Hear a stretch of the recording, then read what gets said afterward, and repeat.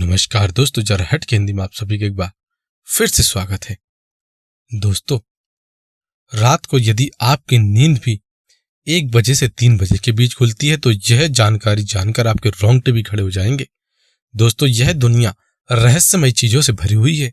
इस दुनिया में ना जाने कितने रहस्य हैं, यानी मिस्ट्री छिपी हुई है। आखिर क्यों रात को 1 से 3 बजे के बीच का समय अशुभ माना जाता है?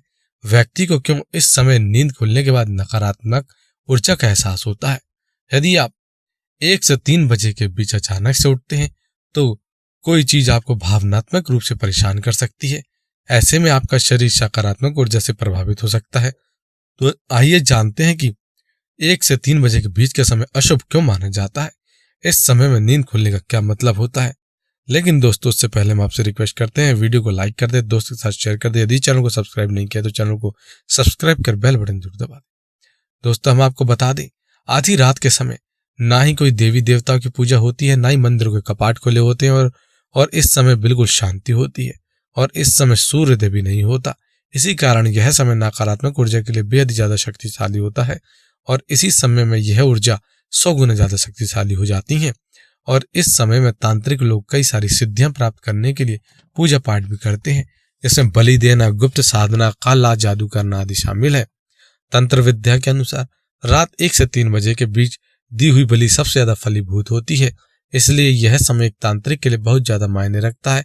ऐसा माना गया है कि रात्रि 1 बजे से 3 बजे के बीच में शैतानी शक्तियां सबसे ज्यादा घूमती हैं, इसलिए तांत्रिकों के लिए यह समय सबसे ज्यादा तांत्रिकों के लिए यह समय शुभ माना जाता है।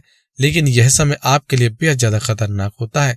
आपने फिल्मों में भी देखा होगा कि अशुभ घटना होती है तो 3 बजे के समय में घड़ी अचानक से रुक जाती है, वहीं 3 नंबर को भी अशुभ माना गया है। दोस्तों, कुछ जरूरी बातें हम आपको बताना चाहते हैं। रात को सोते समय भूत प्रेत आदि की बातें नहीं करनी चाहिए।